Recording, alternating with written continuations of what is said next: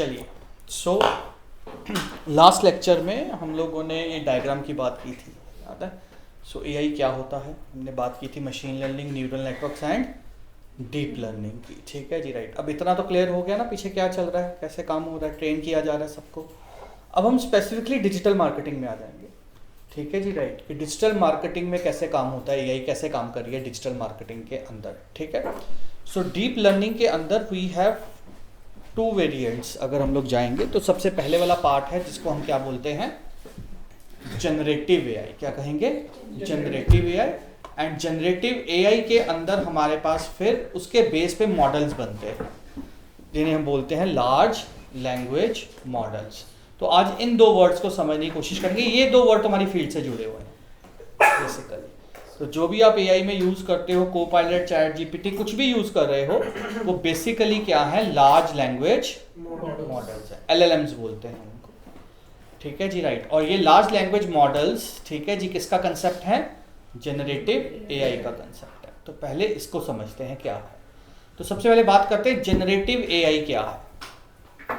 तो generative AI basically हम बोल देते हैं कि जब हम एआई को थोड़ी क्रिएटिविटी दे देते हैं तो हम उसे क्या बोलते हैं, जनरेटिव। इसका मतलब जो एआई को हमने ट्रेन किया था कि तूने इस चीज़ पे, हम तुझे ट्रेन कर रहे हैं, तूने ये चीज़ हमें बना के देनी है, उसके अंदर हमने उसको क्रिएटिविटी दे दी कि क्रिएटिविटी दे के कुछ ऐसा बना जो पहले से नहीं बना हुआ, कुछ नया बना दे। और ये बात समझ में? तो उसको आप लोग क्या बोल रहे हो, जनरेटिव एआई बोल रहे हैं। क्लियर हो गया यहाँ तक?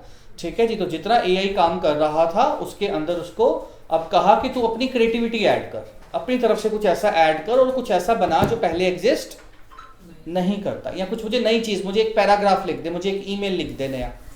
ठीक है जी, राइट, मेरी ये रिक्वायरमेंट है। तो उसके हिसाब से उसने कोई नई चीज लिख दी जो पहले एग्जिस्ट नहीं कर रही थी। ठीक है जी, हो भी सकती है बट उसने अपनी क्रिएटिविटी ऐड की है उसमें। ठीक है जी, फॉर्मेट चेंज कर दिया, लिखने का स्टाइल चेंज कर दिया। ठीक है जी, राइट।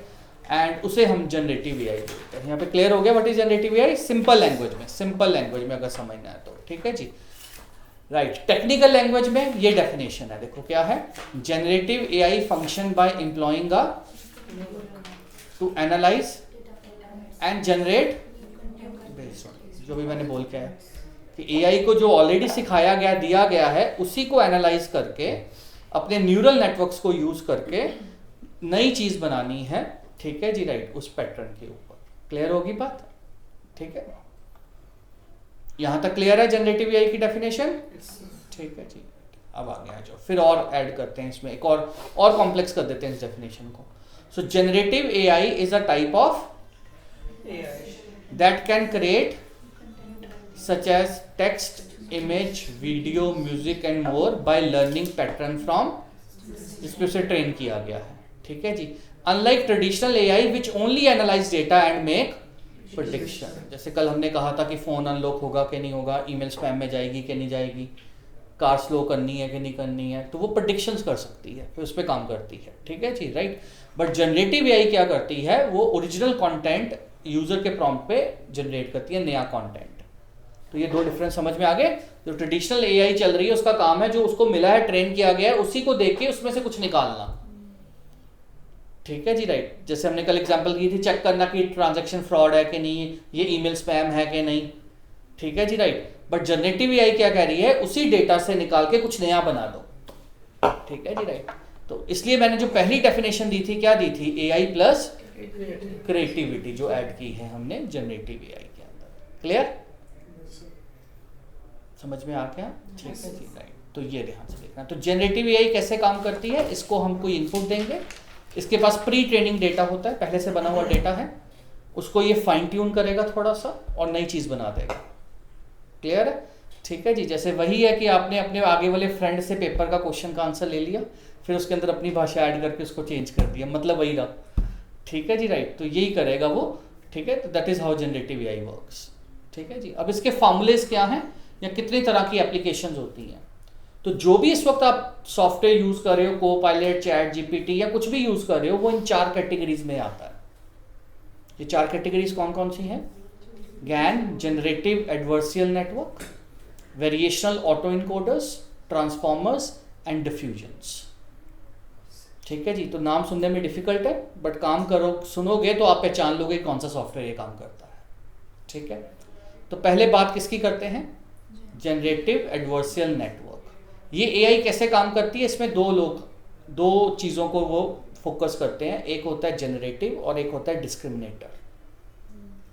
एक होता है जनरेटिव और एक क्या होता है, जनरेटिव का काम है काम जनरेट करके देना, डिस्क्रिमिनेटर का काम है आउटपुट देने से पहले जज करना और फिल्टर लगाना कि काम ठीक है या नहीं है। अरे ये बात समझ में, ये ओरिजिनल चीज़ है भी या नहीं है, क्लियर है। ऐसा ना हो ये कुछ भी बना के दे दे और लेकिन वो पहले से एग्जिस्ट कर रहा हो।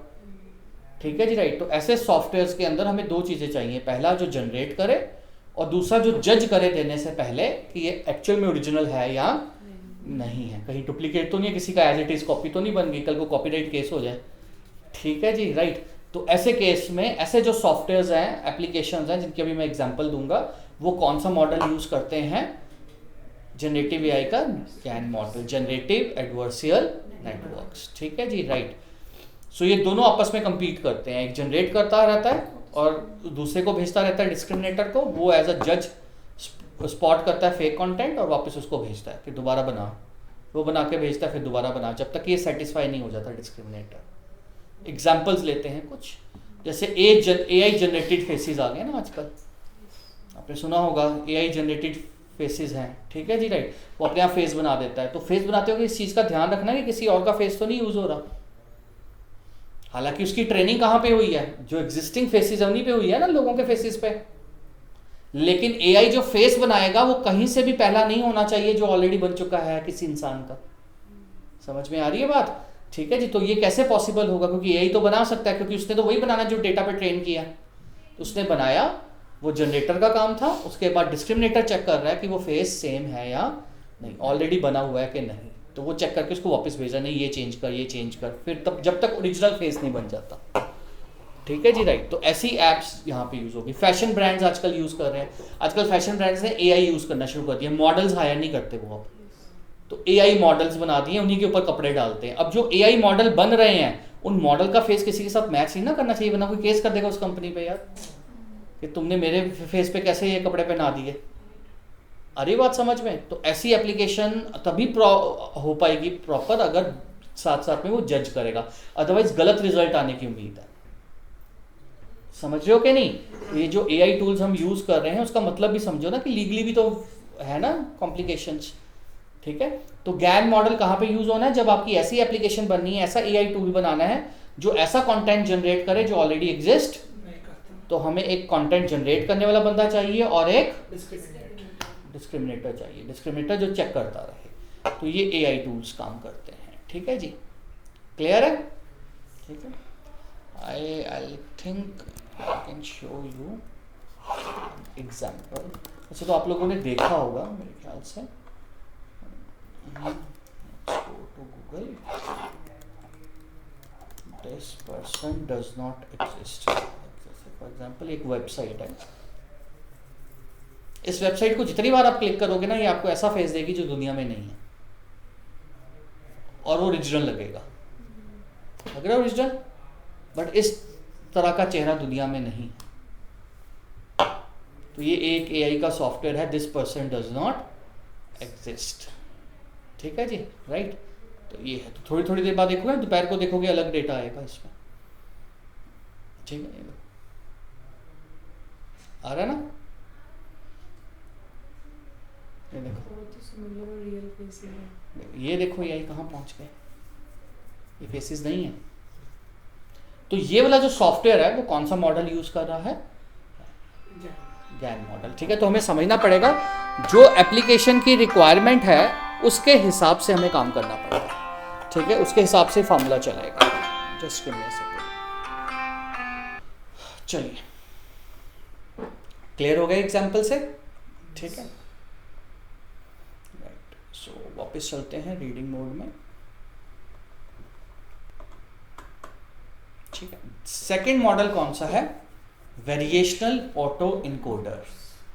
ठीक है जी, राइट। वेरिएशनल ऑटो इनकोडर भी यही काम करता है। ठीक है जी, राइट।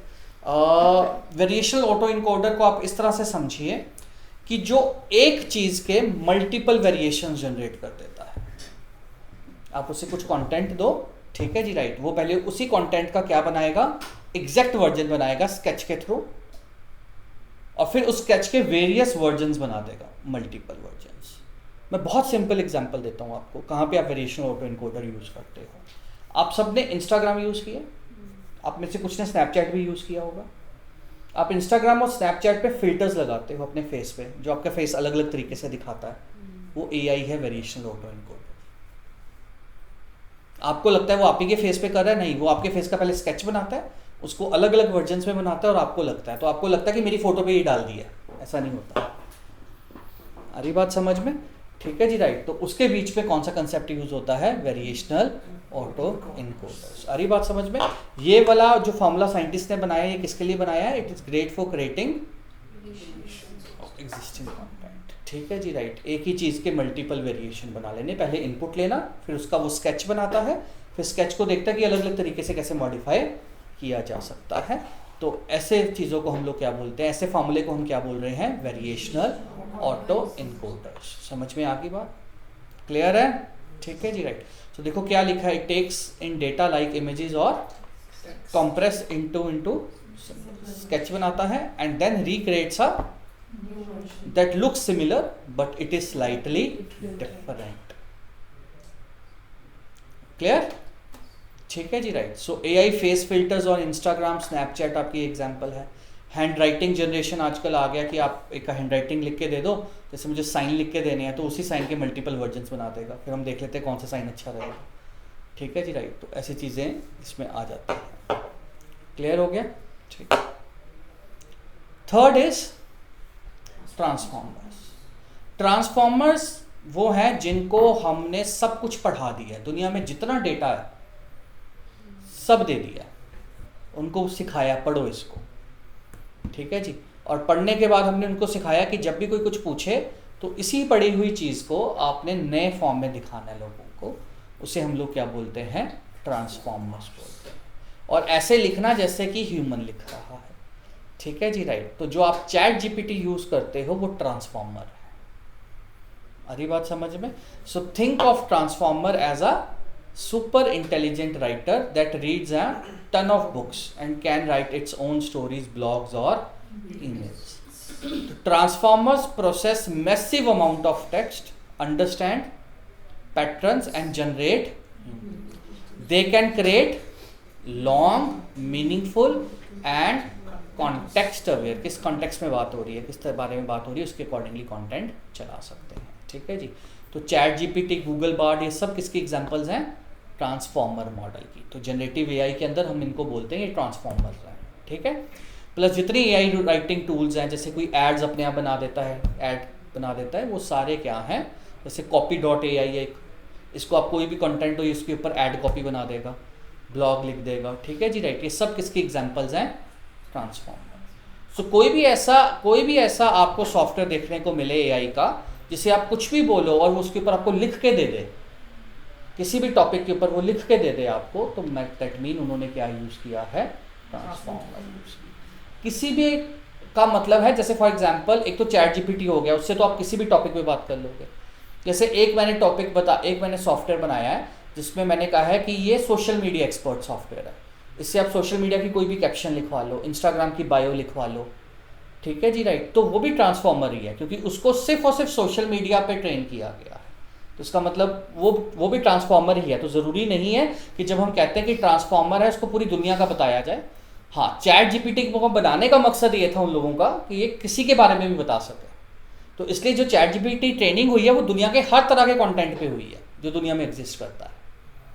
लेकिन ऐसा सॉफ्टवेयर जो मैं एक सॉफ्टवेयर बनाना चाहता हूँ जो बेसिकली क्या करे, आप लोगों के लिए ब्लॉग्स लिखे। क्या लिखे? तो मैंने उससे दुनिया के सारे ब्लॉग्स पढ़ाए होंगे पहले। तो ये भी ट्रांसफॉर्मर ही यूज होगा मॉडल। कौन सा मॉडल यूज होगा? Transformer model. क्लियर होगी बात? क्लियर है? ठीक है जी।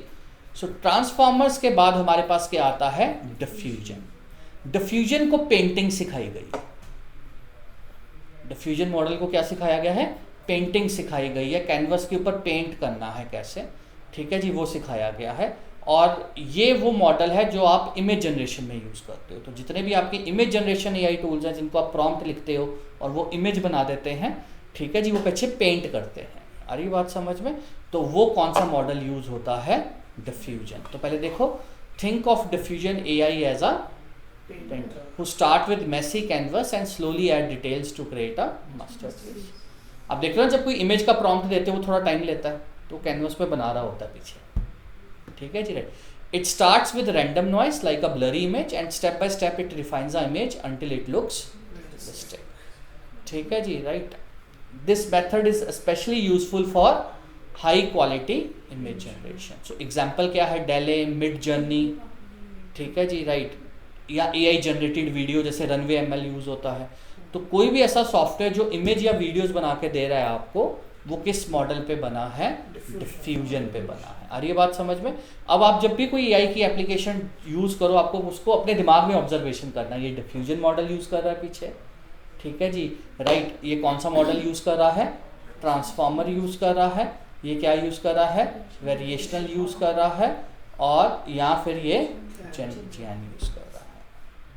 समझ में आ रही है बात? सर ट्रांसफॉर्मर बेसिकली फिर टेक्स्ट आउटपुट के लिए ही है। हाँ, ट्रांसफॉर्मर मोस्टली टेक्स्ट के लिए, इसको इनपुट इमेज पे भी दी जाती है, तो ऐसा नहीं है। ट्रांसफॉर्मर का मतलब है उसको पढ़ाया गया है सब कुछ, उसको क्या किया गया? दुनिया की हर चीज़ पढ़ा दी गई है, ठीक है जी। चैट जीपीटी के कॉन्टेक्स्ट में बोल रहा हूँ, ठीक है जी। या जो सॉफ्टवेयर आप आउटपुट में देना चाहता हो उसके ऊपर उसको पढ़ाया गया, बुक्स, आर्टिकल्स, मैगजीन्स सब पढ़ाया गया, उसे पहले फीड किया गया, ठीक है जी, राइट। फिर उसके बेस पे वो आंसर देता है। और आंसर देने के लिए हम कल आपको सिखा चुके हैं, वो neural network and deep learning use करता है फार्मूला, ठीक है जी, राइट। जिसे आप क्या बोलते हो?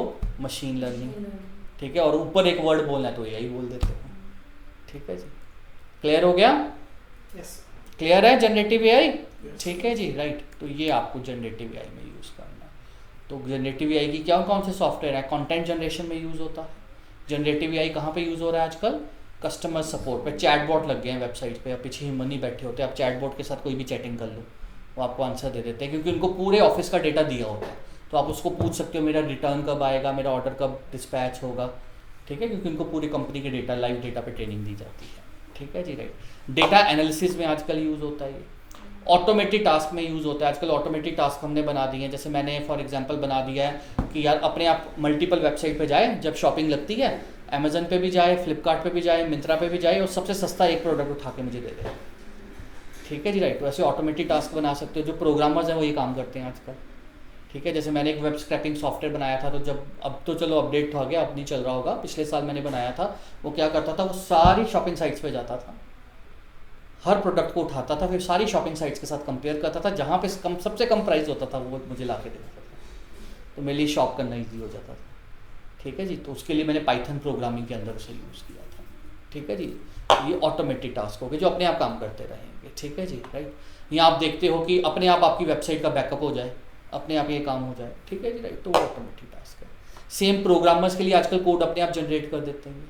मैं सिखाऊंगा आपको, अगर आप प्रोग्रामर नहीं हो लेकिन हल्का फुल्का कुछ छोटा सॉफ्टवेयर बनाना है, अपने लिए कैलेंडर बनाना है, टू डू लिस्ट बनाना है, तो आपको प्रोग्रामर की ज़रूरत, ये अपने आप कोडिंग करके दे देगा आपको, क्लियर है?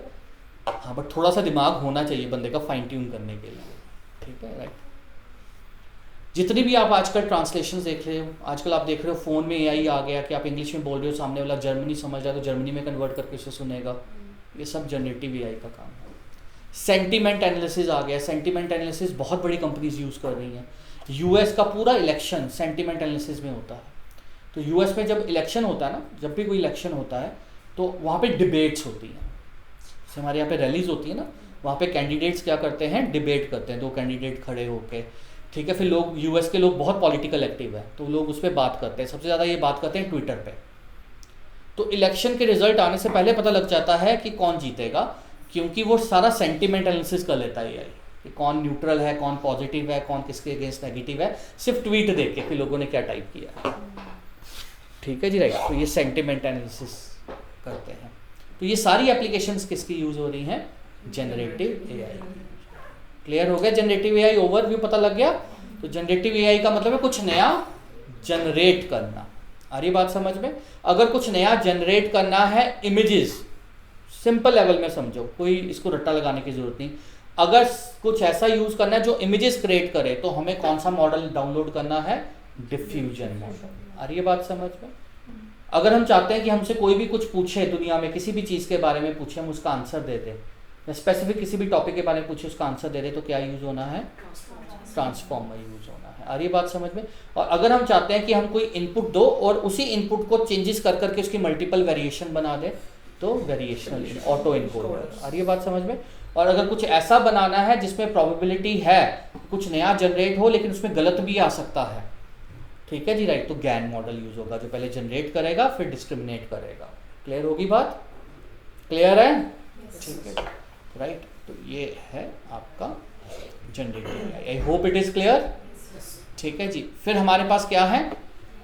LLMs, large language models. ठीक है जी, राइट। अब LLMs क्या है, पहले सिंपल लैंग्वेज में पढ़ो। Assuming you have a super smart assistant who has read everything in this world and you can chat with him about anything or tell him to write or create something on your behalf. LLMs वही है, large language models। आ रही बात समझ में? ठीक है जी। तो पहले तो LLMs पढ़े। LLM is a type of that has been trained on, it can generate new content based on the pattern that it has learned from all the leading and it's a part of LLM। generative AI का ही part है, but उसकी practical implementation है। तो LLM जब बनाया तो उसे practically कैसे इंप्लीमेंट करोगे ना, सॉरी, जनरेटिव AI बनाई तो उसको प्रैक्टिकल इंप्लीमेंट कैसे करोगे? तो प्रैक्टिकल इंप्लीमेंट करने के लिए क्या सॉफ्टवेयर बनाए गए? LLM सॉफ्टवेयर बनाए गए। जैसे चैट GPT में GPT सॉफ्टवेयर है, तो GPT इज LLM, वो सॉफ्टवेयर है, वो प्रैक्टिकल इंप्लीमेंटेशन है किसकी? जनरेटिव AI की। आ रही है बात समझ में? वो LLM है। ठीक है, क्लियर हो गया? ठीक है जी, राइट। LLM में लार्ज का मतलब क्या है? It means it has trained on billion of words from book, website and, ठीक है जी, right. Language are design to understand and generate human language, जहाँ पे English, Hindi, Punjabi, multiple languages में ट्रेन किए जाते हैं इनको। That is large language. क्योंकि लैंग्वेज में भी तो कितनी है ना लैंग्वेजेस, सिर्फ हमने थोड़ा जनरेटिव AI यूज़ करना है, पूरी दुनिया ने यूज़ करना है। तो कोई फ्रेंच में लिख रहा है, कोई संस्कृत में लिख रहा है, कोई पंजाबी में लिख रहा है, ठीक है जी, राइट। तो उस सबको समझना। फिर ग्रामर अलग अलग है इंग्लिश की, अलग अलग कल्चर के अकॉर्डिंगली, ठीक है जी, राइट। तो उनको समझना, दैट इज लार्ज लैंग्वेज में लैंग्वेज का ये मतलब है। एंड M का मतलब है मॉडल, कि कौन सा मॉडल यूज करना है। अगेन गैन, वेरिएशनल, ट्रांसफॉर्मर या डिफ्यूजन। क्या आपकी ज़रूरत है, आपकी एप्लीकेशन की क्या ज़रूरत है? सो हमने ट्रेन तो कर दिया है उसको, बट आपकी एप्लीकेशन में क्या चाहिए? समझ में आ रही है बात? तो उसमें हम वो मॉडल फिट करेंगे जो हमारी एप्लीकेशन में चाहिए। तो हम क्या बोलेंगे? LLM, large language models. Clear है? अब हम बहुत क्लोज आ रहे हैं, ठीक है जी, राइट। सो देखो लार्ज LLM क्या है? LLM is based on large language based on with billion of parameter. कौन से सिखाए गए हैं उसे? जैसे कलर, शेप, साइज, ऐसे और भी चीज़ें हैं, टेम्परेचर, हाई, लो, मीडियम, ठीक है जी, जितने पैरामीटर हो सकते हैं। आपकी ह्यूमन बॉडी में कितने पैरामीटर हो जाएंगे? बाकी और भी तो ऑब्जेक्ट हैं दुनिया में, तो बिलियन बन जाते हैं। तो बिलियन बहुत बड़ा फिगर है, ठीक है जी। ये सारे पैरामीटर से दिए गए, ठीक है जी, right. That are trained by with unlabelled text. तो अनसुपरवाइज्ड ट्रेनिंग के थ्रू बनाए गए हैं LLMs, ठीक है जी, राइट, ताकि वो खुद सीख सके। सो व्हेन यू से द ग्रास इज ब्लैंक, तो वो अपने आप बोल देता है green, because it has seen that phrase so many times during its. Clear होगी बात? तो जो आप उससे पूछ रहे हो उसने बहुत बार देखा हुआ है ऑलरेडी, ठीक है जी, right. So large language models like are trained on complex neural network trained on. अब इनको कैसे ट्रेन किया गया, अब वो सीखते हैं। ये ChatGPT को कैसे ट्रेन किया गया? तो दो फेसेस बनाए गए, पहला ट्रेनिंग और दूसरा इन्फ्रेंस। ट्रेनिंग जो बैकएंड पे हुई, इन्फ्रेंस जो आप जब यूज करते हो तो वो क्या करता है, ठीक है जी, राइट। तो आपको ChatGPT को दो तरीके से समझना है कि पहले उसकी ट्रेनिंग हो चुकी है और कंटिन्यूसली हो भी रही है, जैसे जैसे आप उसके साथ बात कर रहे हो। तो पहले ट्रेनिंग वाला पार्ट समझेंगे, फिर समझेंगे कि जब आप यूज़ करते हो तो वो कैसे काम कर रहा है वो, तो उस फेज़ को हम लोग क्या बोलते हैं, इन्फ्लुएंस फेज। तो क्योंकि ये थोड़ा टेक्निकल है तो इसको समझाने के लिए मैं आपको थोड़ा सा एग्जाम्पल भी दूंगा। पर ट्रेनिंग फेज में 4 चीज़ें होती हैं, कौन कौन सी? Data collection, pre processing, model architecture and then training होती है। तो चैट जीपीटी को जब ट्रेन किया गया तो 4 फेजेस में किया गया। सबसे पहला फेज क्या था? Data collection. So the AI model is trained using including books, article, websites. The more diverse the data the better the model understand. Diversion बहुत ज़रूरी है। अब फॉर एग्जाम्पल मैंने पॉलिटिक्स के ऊपर बुक लिखी हुई है और चैट जीपीटी ने मेरी बुक पढ़ी है और सिर्फ मेरी बुक पढ़ी है। फॉर एग्जाम्पल मैं लेफ्ट अलाइंड हूँ, एग्जाम्पल ले रहा हूँ, जैसे मैं फोकस करता हूँ कांग्रेस अच्छी है, एग्जाम्पल दे रहा हूँ, ठीक है जी। और चैट जीपीटी ने मेरी बुक पढ़ ली और चैट जीपीटी ने 4-5 और ऑथर्स की बुक पढ़ी है जो कि कांग्रेस फोकस ही थे, तो दैट मीन उनके लिखने के स्टाइल में भी कांग्रेस फोकस्ड ही होगा पॉलिटिकल बुक्स में, समझ रहे हो। तो जब चैट जीपीटी ने पढ़ा ही हमारा डेटा, तो जब कोई उसको पूछेगा पॉलिटिक्स के ऊपर क्वेश्चन तो आंसर भी किसके ऊपर देगा? लाइन।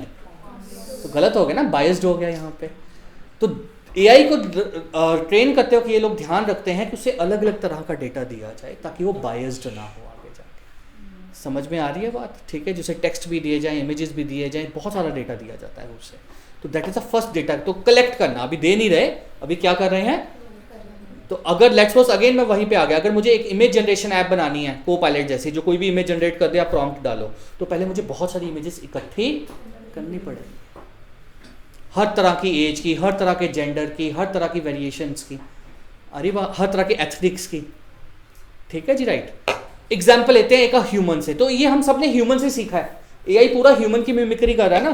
तो लेट्स सपोज एक शेफ है, तो शेफ कैसे सीखेगा? A chef learns bye collecting recipe from cookbooks, YouTube videos and restaurants. The more recipe they gather, the more they can cook. Simple हो गया। तो उनका भी जब शेफ सीख रहा है, पहला प्रोसेस क्या है? यार रेसिपीज डाउनलोड करो। तो पहला फेस हमेशा क्या होगा? Data collection. क्लियर है? अब दूसरा फेस होगा प्री प्रोसेसिंग। अब जो डेटा आपने इकट्ठा किया है ना, उसे क्लीन कर दो, मतलब कि उसमें जो गलत चीजें हैं निकाल दो, क्योंकि जब डेटा आ रहा है ना, तब आप जज नहीं करते, आप कहते जो आ रहा है आता रहे। तो जब सब कुछ मिल गया, अब उस डेटा को थोड़ा ठीक करना है, उसमें से एरर्स निकालने हैं, उसमें से बायस निकालने हैं, बहुत सारी चीज़ें निकालनी है, तो उसको हम लोग क्या बोलते हैं? प्री प्रोसेस करना, या कोई स्टैंडर्ड बनाना है। तो यहाँ पे डेटा को टोकनाइज किया जाता है। क्या किया जाता है? टोकनाइज का मतलब है उसे स्मॉल पार्ट्स में डिवाइड किया जाता है। जैसे for example if I am writing how are you question mark, ठीक है जी, राइट। तो फिर जब हम डेटा कलेक्ट कर लेते हैं, कहीं पे लिखा है हाउ आर यू, तो हाउ अलग होगा, आर अलग होगा, यू अलग होगा, क्वेश्चन मार्क अलग करेंगे, उनको अलग अलग जगह रखेंगे, एक ही जगह रखेंगे लेकिन अलग अलग करके रखेंगे, ताकि बाद में कॉन्टेक्स्ट समझ सकें उन चीज़ों का, ठीक है जी, राइट। अब शेफ की एग्जाम्पल में क्या होगा? शेफ क्या करेगा? रेसिपीज को ऑर्गेनाइज करेगा, जो डुप्लीकेट रेसिपीज आ गई उनको क्या करेगा? रिमूव करेगा, इनकरेक्ट को हटाएगा, और जैसे किसी ने पाउंड में बात की है, किसी ने किलो में बात की है, फॉर एग्जाम्पल किसी ने ग्राम में किया, तो स्टैंडर्डाइज करेगा। अरे ये बात समझ में कि मुझे एक ही फॉर्मेट में समझाओ भाई, ठीक है जी, राइट। तो इसको हम लोग क्या बोलेंगे? Pre processing. समझ में आ गया? अभी उसकी ट्रेनिंग शुरू नहीं हुई, अभी हम डेटा कलेक्ट कर रहे हैं, ठीक है जी। उसके बाद उसकी क्या कर रहे हैं? प्री प्रोसेसिंग कर रहे हैं। उसके बाद क्या होगा? फिर हम यहाँ पे बताएंगे यार गैन लगाना है, ठीक है जी, राइट, डिफ्यूजन लगाना है, क्या लगाना है, ठीक है जी। अगर चैट जीपीटी जैसा फॉर्मेट यूज करें तो क्या लगाएंगे? ट्रांसफॉर्मर, यही सिखाया था ना, transformers.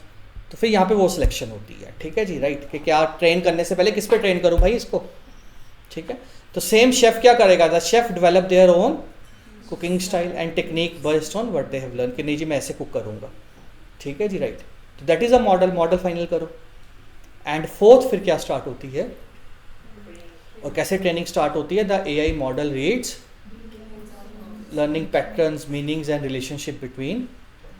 So training use massive computing power, और यहाँ पे रोल आता है जीपीयूज का, जो मैंने आपको बोले थे। तो ट्रेनिंग के टाइम पे बहुत अच्छे जीपीयू होने चाहिए, वरना वो रीड नहीं कर पाएंगे। क्लियर होगी बात? ठीक है जी। Now the chef start practicing recipe, improving with time and getting better, ठीक है। For example if a dish is too salty, they adjust for next attempt. Clear हो गया? तो अभी उसकी ट्रेनिंग चल रही है। तो ये फेस होता है ट्रेनिंग का। तो ट्रेनिंग में कितने स्टेप्स हैं? 4। पहला कौन सा? Data collection. दूसरा कौन सा? Pre processing. तीसरा कौन सा? Model architect. क्या सिलेक्ट करना है? गैन वगैरह, ठीक है जी। एंड फोर्थ कौन सा? तब स्टेट। क्लियर है? अब उसकी ट्रेनिंग हो चुकी है, अब वो कुछ किस फेस पे आएगा? So once the AI is trained, it is ready to generate responses when user ask something. आ रही है बात समझ में? अब इस फेस में भी मल्टीपल स्टेप्स हैं, ऐसा नहीं कि आप टाइप करोगे वो काम कर देगा। क्या क्या स्टेप्स हैं? 4 स्टेप्स हैं। Input, generation, sampling and post processing. तो सबसे पहले इनपुट पे बात करते हैं। So when a user enter a query, the model breaks it down into tokens. का मतलब पता लगे ना, हर वर्ड को अलग अलग करना। And understand the meaning. The AI predict the next word और sentence based on its meaning. मुझे अगला स्टेप क्या लिखना है, अगला वर्ड क्या लिखना है, अगला वर्ड क्या लिखना है। जैसे अगेन मैं शायद एग्जांपल दे रहा था। फॉर एग्जांपल आपने याद किया हुआ एक ऐसे माई बेस्ट फ्रेंड। अब जब आप लिखने चलते हो, आपका दिमाग अगला वर्ड देता है ना आपको, अगला word my, next word best, next word friend is, ठीक है, वही यहाँ पे हो रहा है। अरे बात समझ में? तो AI को प्रेडिक्ट करना, अगला वर्ड क्या लिखना है, अगला वर्ड क्या लिखना है, अगला वर्ड क्या लिखना है, ठीक है जी। For example a chef example ले लेते हैं। A customer ask can you make a spicy Thai curry. The chef process the request and thinks about the right ingredients and method, ठीक है जी, राइट। तो जब आपने चैट GPT को इनपुट दे दी कि write me a social media post for digital marketing course, अब वो सोचेगा ना यार सारे वर्ड्स को अलग अलग करके कि मुझे क्या करना है, ठीक है। फिर वो क्या करेगा? आउटपुट जनरेट करेगा। ये वो आउटपुट नहीं है जो यूजर को दिखनी है, याद रखना। वो अपने माइंड में, जैसे कोई क्वेश्चन आया पहले आप माइंड में आंसर ढूंढते हो ना यार, बोलने से पहले मैंने क्या बोलना है, तो वैसे ही वो अपनी आउटपुट जनरेट करेगा। The AI model generate text step by predicting the most likely next word. It use math का कौन सा formula?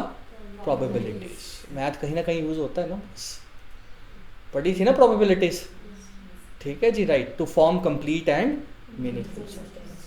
For example the chef start cooking following the best known method, they use ingredients, उसके through वो काम कर रहा है। Clear है? अभी यूजर को नहीं दिखाया। थर्ड स्टेप क्या है?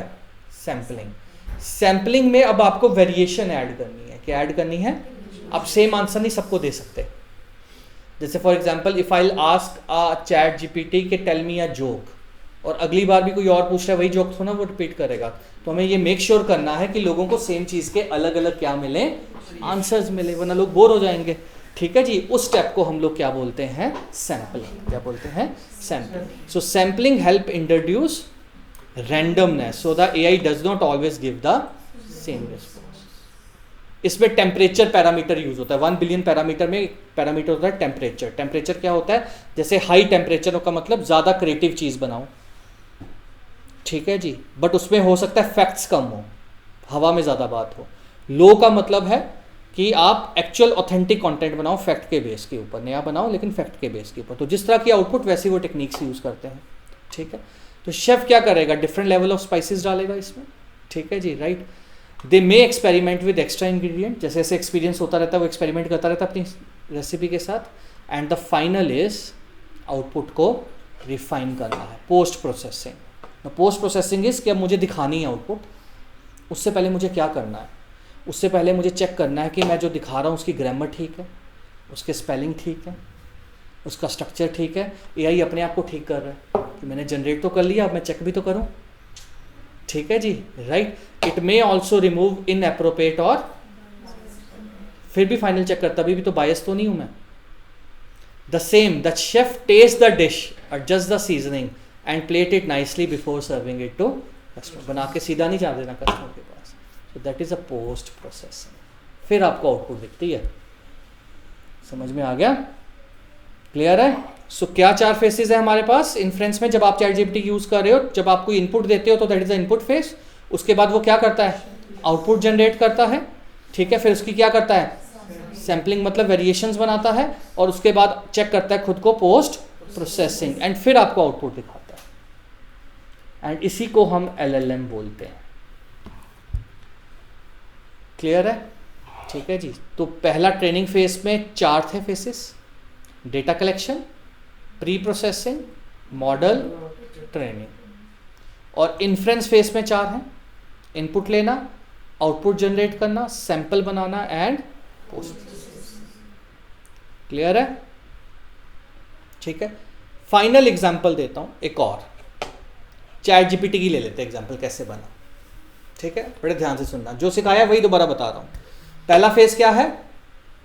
ट्रेनिंग। ट्रेनिंग में पहला फेज क्या होता है? Step data collection. So open AI company का नाम है, जिसने चैट जीपीटी बनाया उस कंपनी का नाम क्या है? OpenAI. So OpenAI collects billion of text sample from including Wikipedia, research paper and online, but it does not have direct access to private data like personal chats और social media.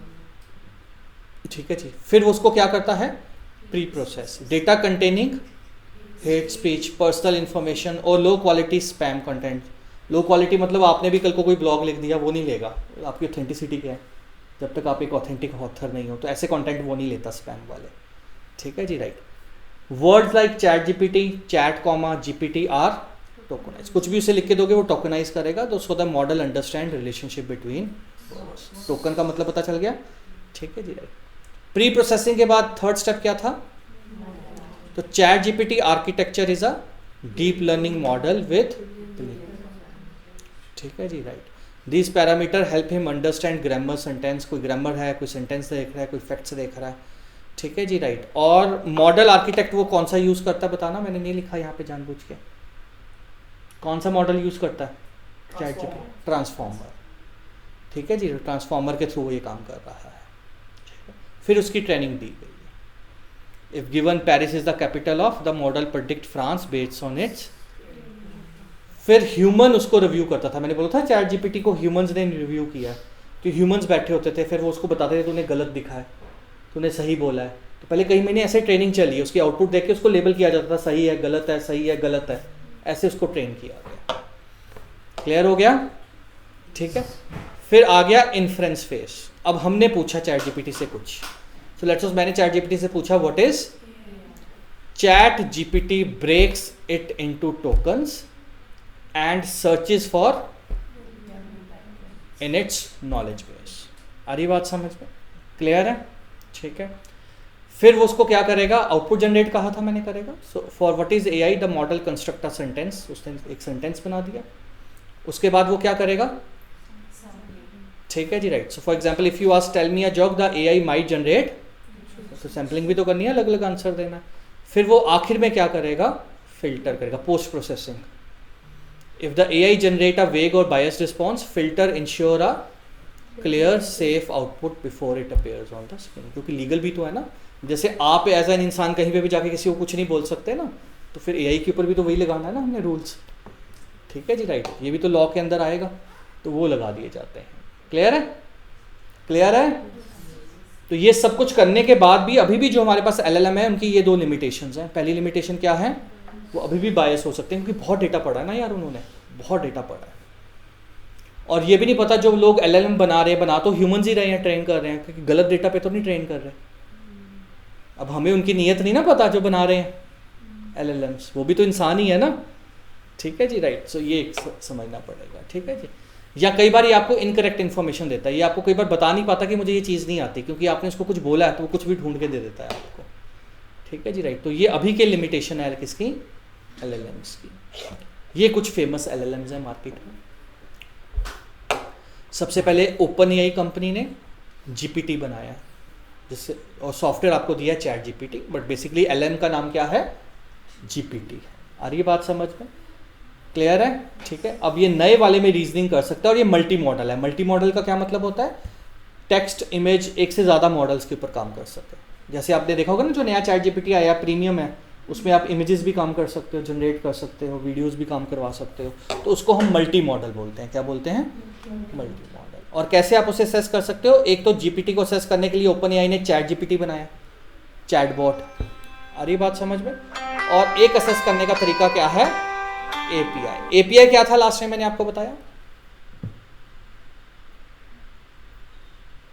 अब मैं एक developer हूं, मुझे AI की app बनानी है। ठीक है जी। मैं इतना काबिल नहीं हूं कि मैं जीपीटी जैसा एलएलएम बना सकूं, ना ही मेरे पास रिसोर्सेज है। मैं एक छोटा डेवलपर हूं। ठीक है जी। तो मैं चैट जीपीटी का ही जीपीटी यूज कर लूंगा। मैं पैसे दे दूंगा चैट जीपीटी को, उसको एपीआई बोलते हैं। तो एपीआई का मतलब हम खरीद सकते हैं, असेस।